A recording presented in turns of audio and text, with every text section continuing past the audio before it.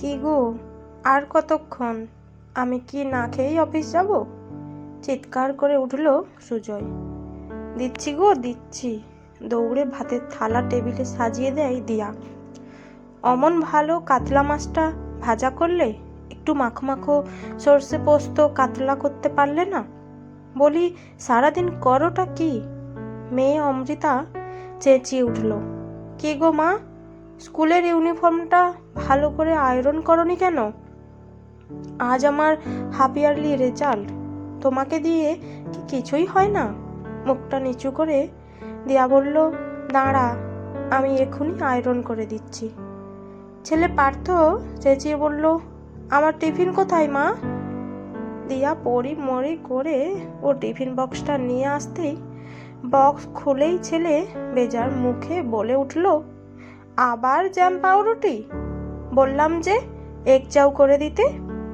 তানিয়ার মা চাকরি করে, তাও প্রতিদিন নতুন নতুন টিফিন করে দেয়। তুমি তো সারা দিন বাড়িতেই থাকো, তাও টিফিনে এগ চাউ করতে পারো না? সারাদিন করোটা কি শুনি? বেরোনোর সময় সুজয় বলে গেল, এবার সারাদিন এসিতে বসে নিশ্চিন্তে ফেসবুক করো, ওটাই তো তোমার কাজ। এসি চালিয়ে বাড়িতে বসে আরাম করে টিভি দেখা, বন্ধুদের সঙ্গে পিএনপিসি করা। রোজ তো আর ব্যাগ ঝুলিয়ে অফিস যেতে হয় না। সারাদিন কোনো কাজ নেই, তাও বরের পছন্দ মতো খাবারটুকু বানিয়ে দিতে পারো না। সুজয় বেরিয়ে যেতেই শ্বশুর চিৎকার করে বললেন, বৌমা, চাটা কি আজ পাবো, নাকি এবার বেলার চাটা খেতে পাড়ার দোকানে যেতে হবে? না না বাবা। তা কেন? আমি এক্ষুনি আসছি। এক হাতে কপালের ঘাম মুছতে মুছতে চা নিয়ে ঘরে ঢুকলো দিয়া। গরম চা তাড়াহুড়ো করে ঢালতে গিয়ে হাতে পড়ে গেছে। যন্ত্রণায় মুখ বিকৃত। শ্বশুর চেয়েও দেখলেন না, উল্টে বিরক্ত মুখে বললেন, চাটা দিতেও এত দেরি করো বৌমা? সারাদিন যে কি করো ভেবেই পাই না। বৌমা, বাতের ব্যথার তেলটা কি মালিশ করে দেবে, নাকি আমাকে নিজেকেই করতে হবে? শাশুড়ির গলা উচ্চ গ্রামে। এখনই যাচ্ছি মা। শ্বশুরের এঁটো কাপ তুলে শাশুড়ির ঘরে দৌড়লো দিয়া। শাশুড়ি টিভিতে সিরিয়াল দেখতে ব্যস্ত। ওর পোড়া হাতে মলম লাগানোর কথা ভুলে দিয়া শাশুড়ির পায়ের কাছে বসে তেল মালিশ করতে লাগলো। সবার খাওয়া দাওয়া শেষ। দিয়া বেসিনে বাসন মাজতে ব্যস্ত। কলিং বেল বেজে উঠল। পার্থ বাড়ি ফিরল। ছেলে স্কুল থেকে ফিরে খাবে ভেবে দিয়া কাজের ফাঁকে এক চাউ বানিয়ে রেখেছিল।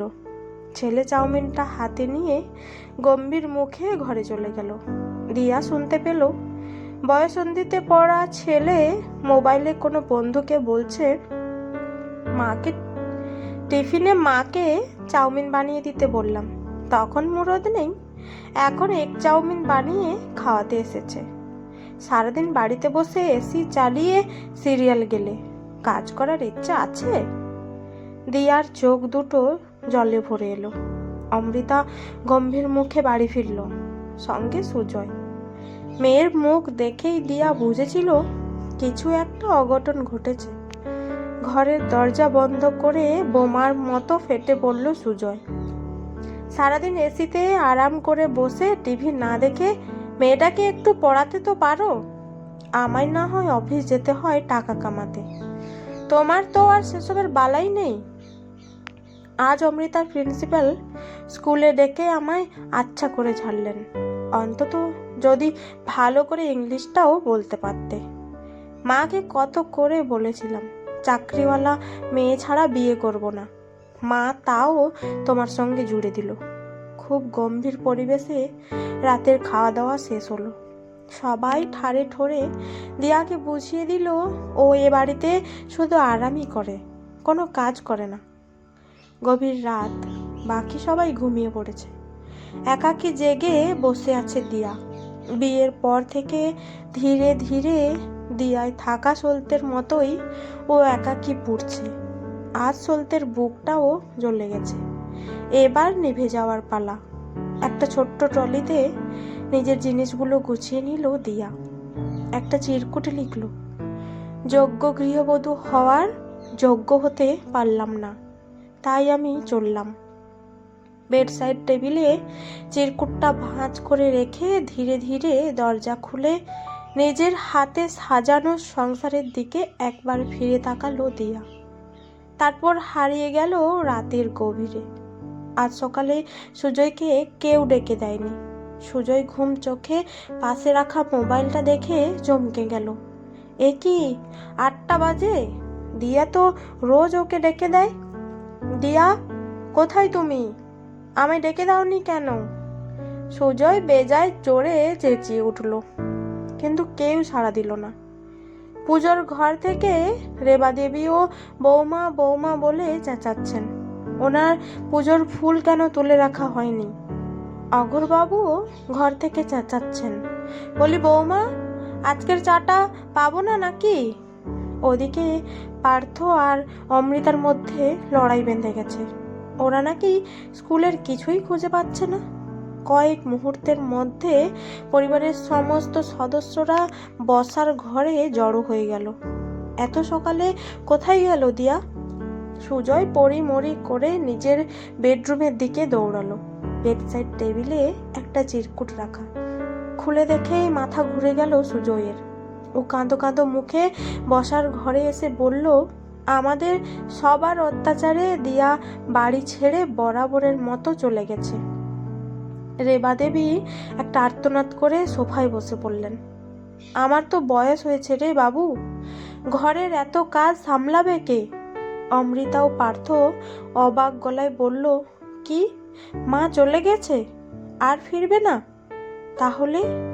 ওদের চোখে জল। শুধু অঘোরবাবু রাগত স্বরে বললেন, কোথায় আর যাবে? 2 দিন গড়াতে না গড়াতেই ঠিক ফিরে আসবে। কিন্তু অঘোরবাবুর ধারণাকে নস্যাৎ করে দিয়ে দিয়া আর বাড়ি ফিরল না। পুলিশ, থানা, হাসপাতাল, মর্গ, কোথাও দিয়ার খোঁজ পাওয়া গেল না। সংসারে কারোর মুখে হাসি নেই। 3টে কাজের লোক রেখেও রেবা দেবী ঘরের সব কাজ সামাল দিতে পারেন না। সুজয় আজ বোঝে, গৃহবধূরা ঘরে বসে থাকে না। 24 ঘন্টাই তাদের ডিউটি আওয়ার্স।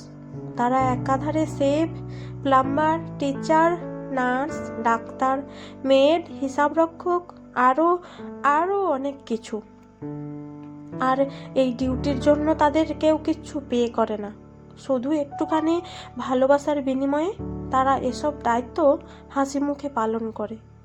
সুজয়ের খুব ইচ্ছে করে দিয়াকে খুঁজে পেলে ওর কাছে গিয়ে আগের সমস্ত অপরাধের জন্য ক্ষমা চাইবে। কিন্তু এই সুযোগ সুজয় পাবে কি?